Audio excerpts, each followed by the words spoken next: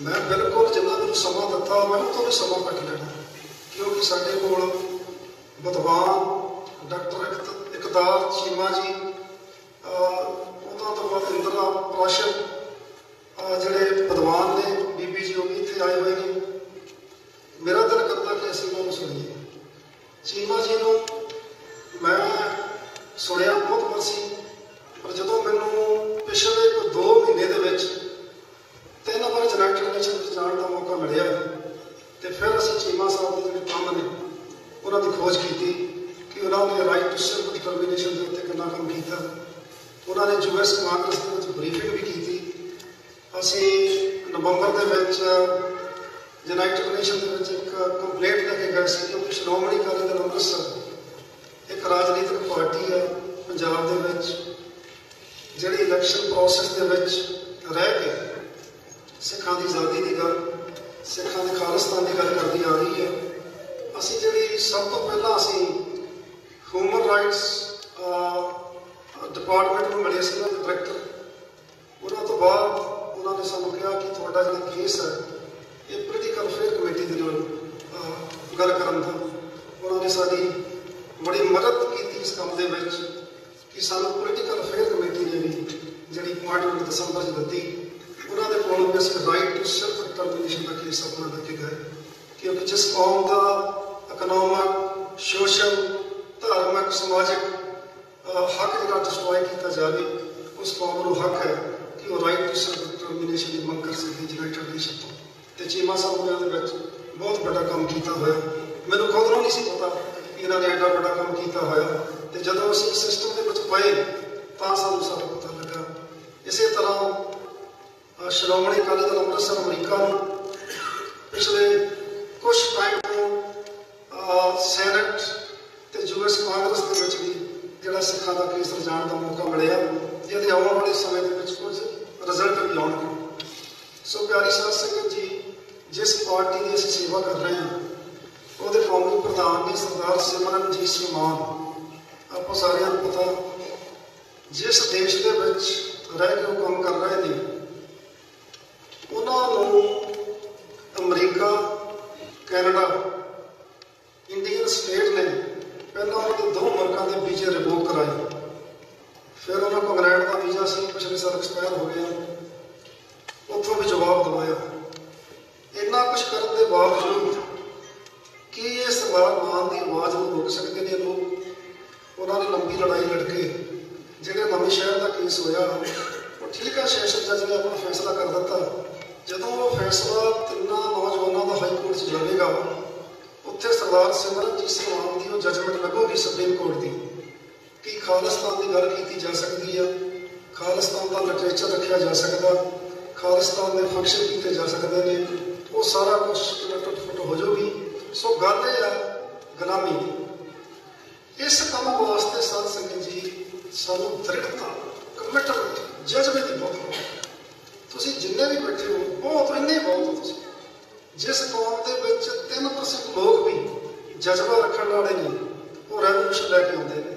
तुसीं रेवोल्यूशन लैके जरूर आओगे क्योंकि जिन्नी देर सरदार सिमरनजीत सिंह मान ने यह प्रपोजल दुनिया की सरकारों के सामने रखी है मैं थोड़ा इलैक्शनों के प्रोसैस तक भी जाना चाहूँगा।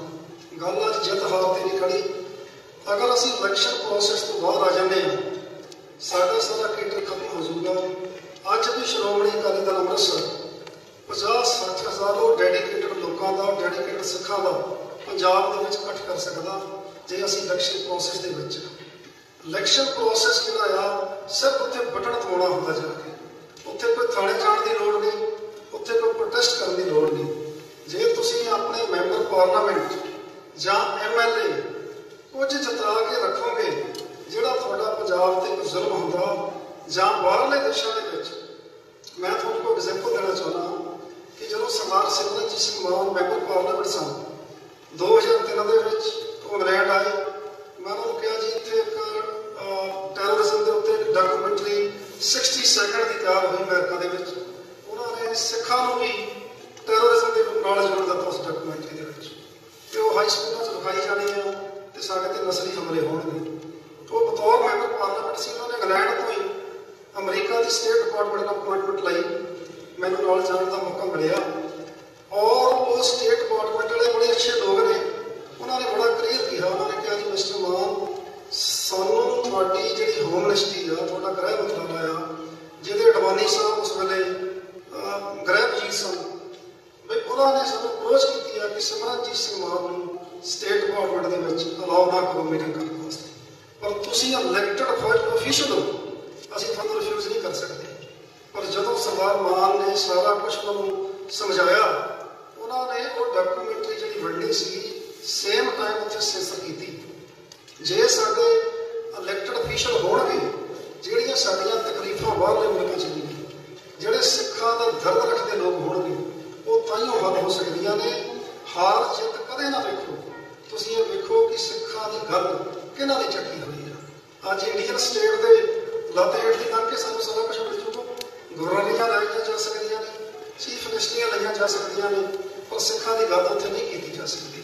ਸੋ ਮੇਰੀ ਤੁਹਾਨੂੰ ਬੇਨਤੀ ਹੈ ਕਿ ਪੰਜਾਬ ਦੇ ਵਿੱਚ ਸ਼੍ਰੋਮਣੀ ਅਕਾਲੀ ਦਲ ਅੰਮ੍ਰਿਤਸਰ ਨੂੰ ਇਲੈਕਟੋਰਲ ਵੋਟ ਦੇ ਕੇ ਉਨੀ ਸ਼ਕਤੀ ਜ਼ਰੂਰ ਦਿਓ ਤਾਂ ਕਿ ਅਸੀਂ ਸਿੱਖਾਂ ਦੀ ਜਿਹੜੀ ਗੱਲ ਆ ਉਹਨੂੰ ਦੁਨੀਆ ਵਿੱਚ ਲਿਜਾ ਸਕੀਏ। ਜਿਹੜਾ ਸਿੱਖਾਂ ਦੇ ਉੱਤੇ ਜ਼ੁਲਮ ਪੰਜਾਬ 'ਚ ਹੁੰਦਾ ਉਹਨੂੰ ਲੈ ਕੇ ਜਾ ਸਕੀਏ। ਦੂਜੀ ਗੱਲ ਇਹ ਆ ਵੀ ਜਿਹੜਾ ਕਰਤਾਰਪੁਰ ਸਾਹਿਬ ਦਾ ਕੋਰੀਡੋਰ ਸੀਗਾ, ਉਹ ਸਾਨੂੰ ਬਹੁਤ ਵੱਡੀ ਖੁਸ਼ੀ ਹੋਈ ਸੀ ਕਿ ਕੋਰੀਡੋਰ ਖੁੱਲ ਰਿਹਾ। ਸਰ ਸੰਗਤ ਜੀ, ਇੰਡੀਅਨ ਸਟੇਟ ਉਹਨੂੰ ਖੋਲ੍ਹ ਕੇ ਬੰਦ ਕਰ ਸਕਦੀ ਆ। ਜੇ ਤੁਸੀਂ ਪੱਕੇ ਤੌਰ 'ਤੇ ਉਹਨਾਂ ਗੁਰਧਾਮਾਂ ਦੇ ਦਰਸ਼ਨਦਾਰੀ ਕਰਨੇ ਆ, ਤੁਹਾਡੇ ਕੋਲ ਨੇਸ਼ਨ ਚਾਹੀਦਾ, ਤੁਹਾਡੇ ਕੋਲ ਦੇਸ਼ ਚਾਹੀਦਾ। 2005 ਦੇ ਵਿੱਚ ਸਰਦਾਰ ਗੰਗਾ ਸਿੰਘ ਢਿੱਲੋਂ ਨੇ ਸਾਨੂੰ ਇੱਕ ਕਾਂਗਰਸਮੈਨ ਬਣਾਇਆ। ਮੈਂ ਸਰਦਾਰ ਸਿਮਰਨਜੀਤ ਸਿੰਘ ਮਾਨ, ਗੰਗਾ ਸਿੰਘ ਢਿੱਲੋਂ ਤੇ ਉਹਨਾਂ ਦੇ ਸੁਪੁੱਤਰ ਕਾਹਨ ਸਿੰਘ।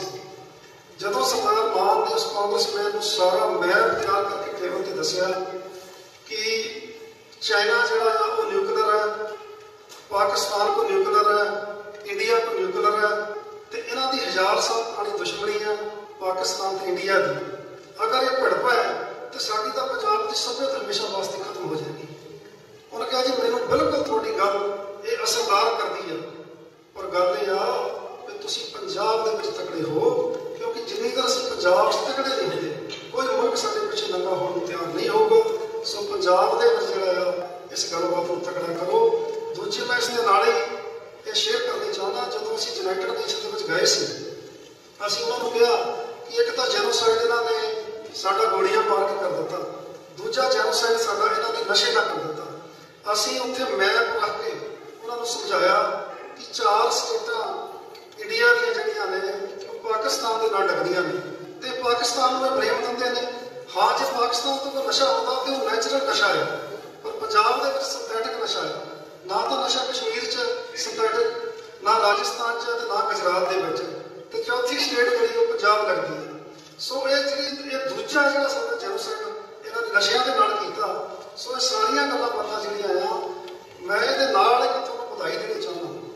18 ਕਰੋੜ ਦੇ ਲਗਭਗ ਇੱਕ ਪਾਕਿਸਤਾਨ ਇੰਡੀਆ ਦੇ ਵਿੱਚ ਵਸਦਾ, 20 ਕਰੋੜ ਦੇ ਲਗਭਗ ਮੁਸਲਮਾਨਾਂ ਦੀ ਗਿਣਤੀ ਪਾਕਿਸਤਾਨ 'ਚ, ਤੇ 18-19 ਕਰੋੜ ਇੰਡੀਆ ਦੇ ਵਿੱਚ, ਹਿੰਦੁਸਤਾਨ ਦੇ ਵਿੱਚ। ਹਿੰਦੁਸਤਾਨ ਦਾ ਮੁਸਲਮਾਨ ਇਹਨਾਂ ਨੂੰ ਡਰਾ ਲਿਆ, ਤੇ ਮੈਂ ਕਹਿੰਦਾ ਗੁਰੂ ਦੀ ਐਡੀ ਵੱਡੀ ਬਖਸ਼ਿਸ਼ ਹੈ ਤੁਹਾਡੇ ਤੇ, ਤੁਸੀਂ ਕੋਈ ਸਮਾਂ ਨਹੀਂ ਛੱਡਿਆ ਜਿਹੜਾ ਇਹਨੂੰ ਘੇਰਾ ਨਹੀਂ ਪਾਇਆ। ਜੇ ਤੁਸੀਂ ਅੱਜ ਖੜ ਸਕਦੇ ਆ ਤੇ ਸਿਰਫ ਸਿੱਖੀ ਇਹਨਾਂ ਮੂਹਰੇ ਖੜ ਸਕਦੇ ਆ, ਤੁਸੀਂ ਇਹਨਾਂ ਦੇ ਮੂਹਰੇ ਡਿੱਕਾ ਆ।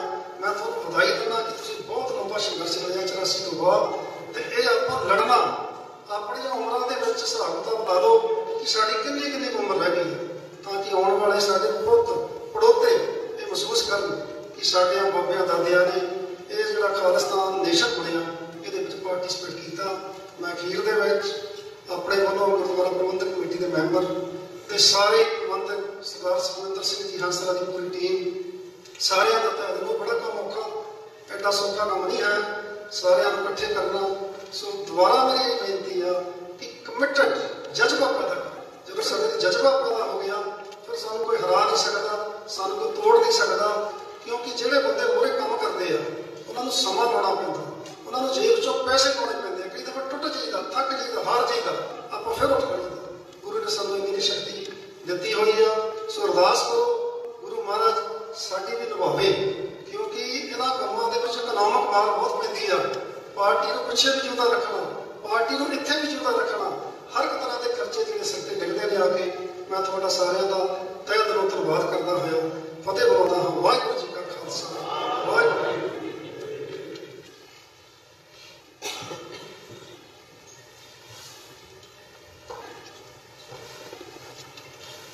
ਧੰਨਵਾਦ ਸਰਦਾਰ ਬੂਟਾ ਸਿੰਘ ਖੜੌਤ ਹੋਣਾ ਦਾ, ਜਿਨ੍ਹਾਂ ਨੇ ਆਪਣੇ ਕੀਮਤੀ ਵਿਚਾਰ ਸੰਗਤ ਦੇ ਨਾਲ ਸਾਂਝੇ ਕੀਤੇ ਨੇ। ਗੱਲ ਜਦੋਂ ਆਜ਼ਾਦੀ ਦੀ ਚੱਲਦੀ ਹੈ ਤੇ ਇਸ ਆਜ਼ਾਦੀ ਦਾ ਮੁੱਢ ਰੱਖਣ ਵਾਲੇ, ਇਸ ਦੀ ਨੀਂਹ ਰੱਖਣ ਵਾਲੇ 20ਵੀਂ ਸਦੀ ਦੇ ਮਹਾਨ ਸਿੱਖ ਸੰਤ ਜਰਨੈਲ ਸਿੰਘ ਜੀ ਖਾਲਸਾ ਭਿੰਡਰਾਂਵਾਲੇ, ਉਹਨਾਂ ਦੇ ਜ਼ਿਕਰ ਤੋਂ ਬਿਨਾਂ ਕੋਈ ਵੀ ਸਟੇਜ ਮੁਕੰਮਲ ਨਹੀਂ ਸਮਝੀ ਜਾ ਸਕਦੀ।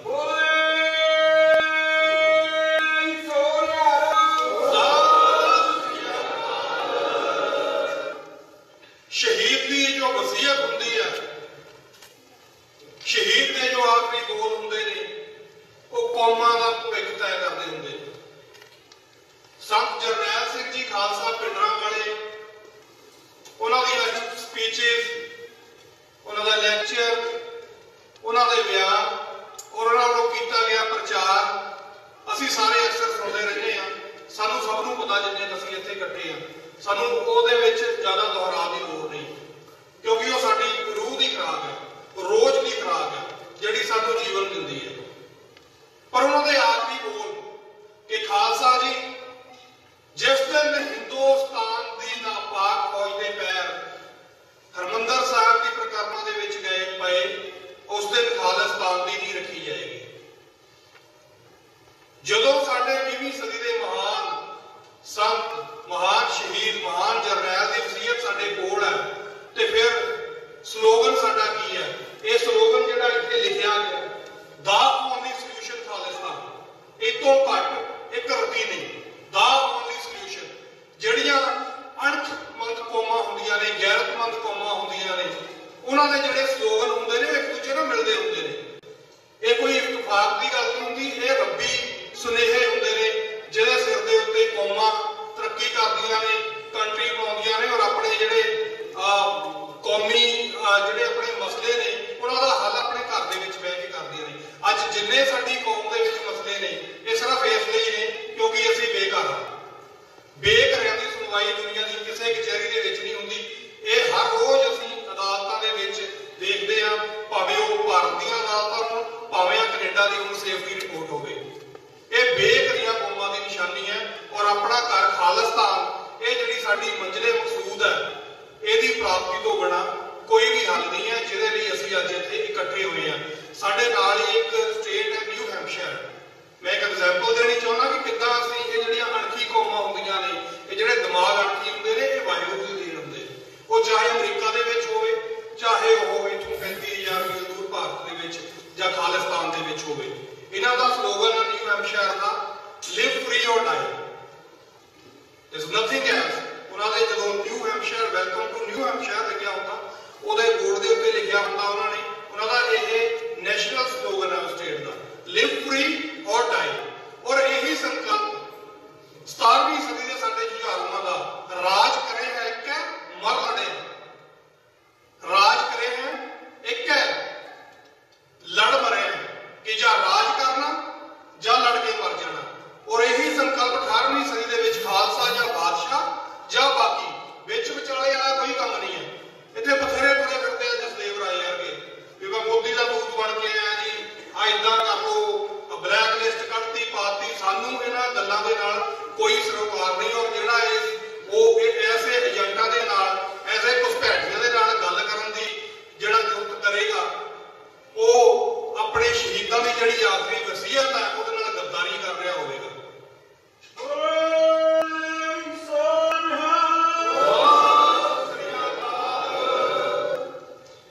ਕੀ ਕਾਰਨ ਹੈ ਕਿ ਸ਼ਖਸੀਅਤ ਜਿਹੜੀ ਸੰਤ ਜਰਨੈਲ ਸਿੰਘ ਖਾਲਸਾ ਭਿੰਡਰਾਂਵਾਲਿਆਂ ਦੀ, ਤੁਸੀਂ ਪਿੱਛੇ ਇੱਕ ਗਾਣਾ ਵੀ ਸੁਣਿਆ ਹੋਣਾ, ਫੈਨ ਜਰਨੈਲ ਸਿੰਘ ਦਾ, ਮੁੰਡਾ ਮੁੰਨਾ ਹੈ ਭਾਵੇਂ ਸਰਦਾਰ। ਇਹ ਰੁਤਬੇ ਨੇ ਜਿਹੜੇ ਸਿਰਫ ਸ਼ਹੀਦ ਪੈਦਾ ਕਰ ਸਕਦੇ ਦਿਲਾਂ ਦੇ ਵਿੱਚ। ਸੋ ਐਸੇ ਹੀ ਇੱਕ ਨੌਜਵਾਨ ਅੱਜ ਸਾਡੇ ਵਿੱਚ ਮੌਜੂਦ ਨੇ, RD ਦੇ ਨਾਂ ਦੇ ਨਾਲ ਜਿਨ੍ਹਾਂ ਨੂੰ ਜਾਣਿਆ ਜਾਂਦਾ। ਉਹਨਾਂ ਦਾ ਇੱਕ ਟਰੈਕ ਬੜਾ ਮਸ਼ਹੂਰ ਹੋਇਆ ਪਿਛਲੇ ਦਿਨਾਂ ਦੇ ਵਿੱਚ, ਟਰੈਕ ਸੂਟ ਪਾਏ ਹੋਏ ਆ।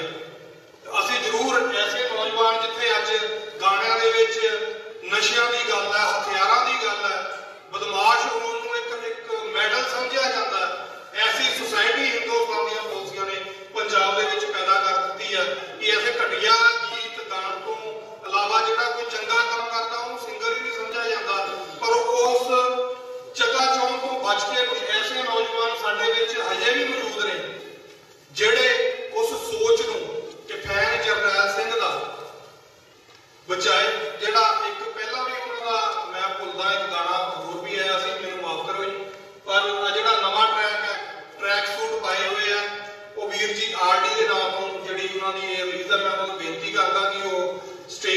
ਕੇ, ਕਿਉਂਕਿ ਇਹ ਸਾਡਾ ਫਰਜ਼ ਬਣਦਾ ਕਿ ਐਸੇ ਨੌਜਵਾਨ ਜਿਹੜੇ ਹਵਾਵਾਂ ਤੋਂ ਉਲਟੀ ਦਿਸ਼ਾ 'ਚ ਚੱਲਦੇ ਨੇ, ਬਹਾਵਾਂ ਤੋਂ ਉਲਟੀ ਦਿਸ਼ਾ 'ਚ ਚੱਲਦੇ ਨੇ, ਚੱਲ ਰਹੇ ਜਿਹੜੇ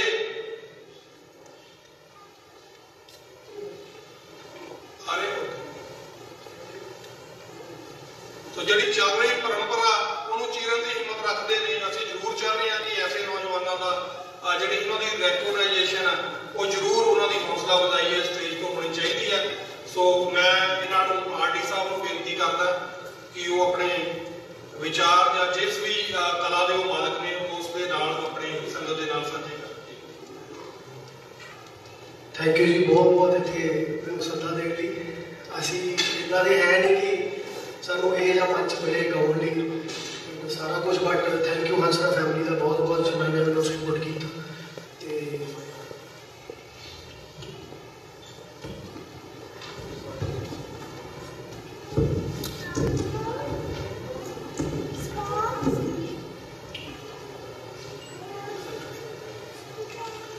ਹਾਂਜੀ, ਤੇ thank you so much Hansra family ਦਾ ਮੈਨੂੰ ਇਨਵਾਈਟ ਕਰਨ ਲਈ।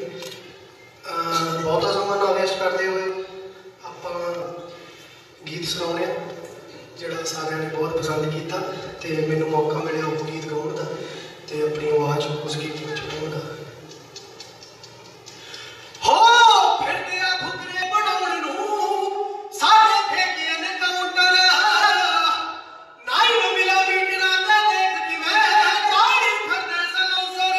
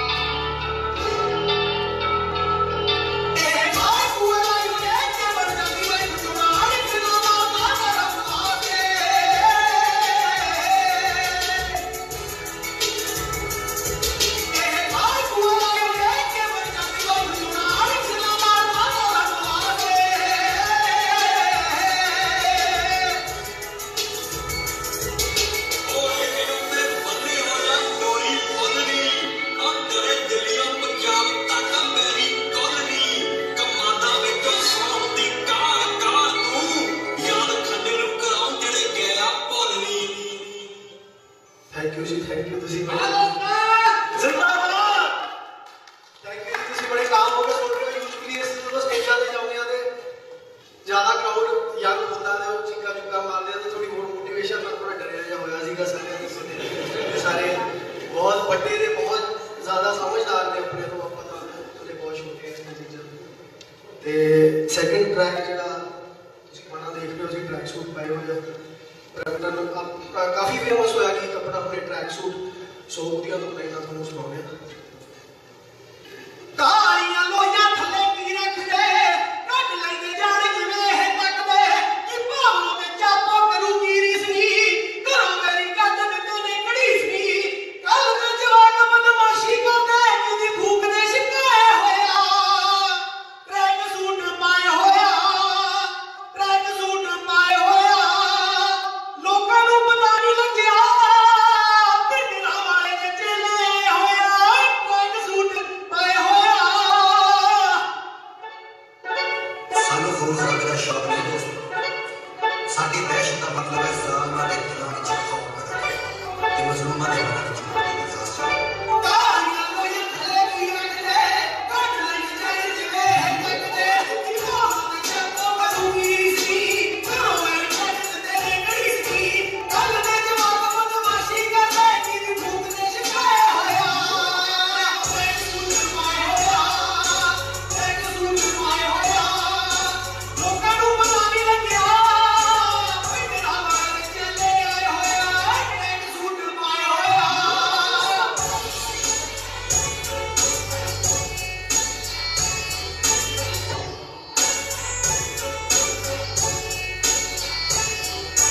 ਪਾਣਿਆ ਕਪਾਹ ਕਰਕੇ ਮਸ਼ਹੂਰਿਆ, ਆਟੂਆਂ ਮੋਹ ਕਰਦਾ ਰਹਿਣਾ ਦੂਰਿਆ, ਹੁਣ ਨਾ ਕਰੀ ਤੂੰ ਹੁੰਦੀ ਐ ਦੇਸੇ, ਭਰੀ ਨਹੀਂ ਹੋਣਾ ਸਾਰੇ ਦੇਸੇ, ਗੋਲੀ ਦੇ ਮਾਰਿਆ ਵੀ ਨਹੀਂ ਮੁੱਕਦੇ, ਕਿਹੜੀ ਮਿੱਟੀ ਦੇ ਬਣਾਏ ਹੋਇਆ, ਟਰੈਕ ਸੂਟ ਪਾਏ ਹੋਇਆ, ਟਰੈਕ ਸੂਟ ਪਾਏ ਹੋਇਆ, ਲੋਕਾਂ ਨੂੰ ਪਤਾ ਨਹੀਂ ਲੱਗਿਆ ਪਿੰਡਾਂ ਵਾਲੇ ਦੇ ਚੇਲੇ ਆਏ ਹੋਇਆ, ਟਰੈਕ ਸੂਟ ਪਾਏ ਹੋਇਆ।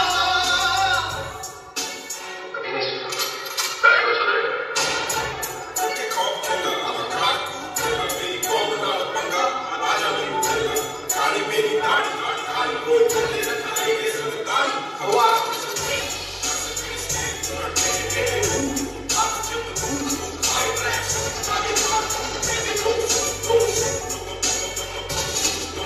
ਪੁੱਤਾਂ ਵਾਂਗੂ ਦੇਖ ਦਾੜੀਆਂ ਨੇ ਮਾਰੀਆਂ, ਟਿਕਾ ਟਿਕਿਆ ਨਾ ਮੁੱਛਾਂ ਮਾਰੀਆਂ, ਇਹ ਤੋਂ ਮੁੰਡਿਆ ਕੁੱਟਵਾਨੀ, ਸਿਰ ਤੇ ਜੁਏ ਦੀ ਹੱਥ ਨੇ ਜਵਾਨੀ, ਅਰਸ਼ਦ ਕੰਨੇ ਤਾਂ ਮੌਤ ਬਣ ਕੇ ਬਸ ਭੇਸ ਬਦਲਾਏ ਹੋਇਆ, ਟਰੈਕ ਸੂਟ ਪਾਏ ਹੋਇਆ, ਲੋਕਾਂ ਨੂੰ ਪਤਾ ਨਹੀਂ ਲੱਗਿਆ ਪਿੰਡਾਂ ਵਾਲੇ ਦੇ ਚੇਲੇ ਆਏ ਹੋਇਆ, ਟਰੈਕ ਸੂਟ ਪਾਏ ਹੋਇਆ।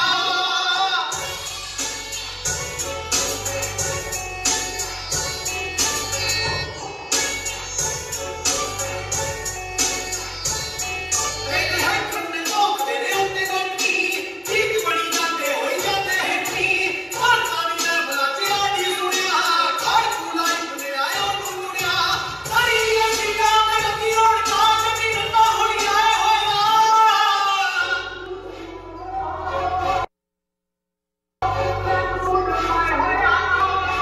ਲੋਕਾਂ ਨੂੰ ਪਤਾ ਨਹੀਂ ਲੱਗਿਆ ਪਿੰਡਾਂ ਵਾਲੇ ਦੇ ਚੇਲੇ ਆਏ ਹੋਇਆ, ਟਰੈਕ ਸੂਟ ਪਾਏ ਹੋਇਆ।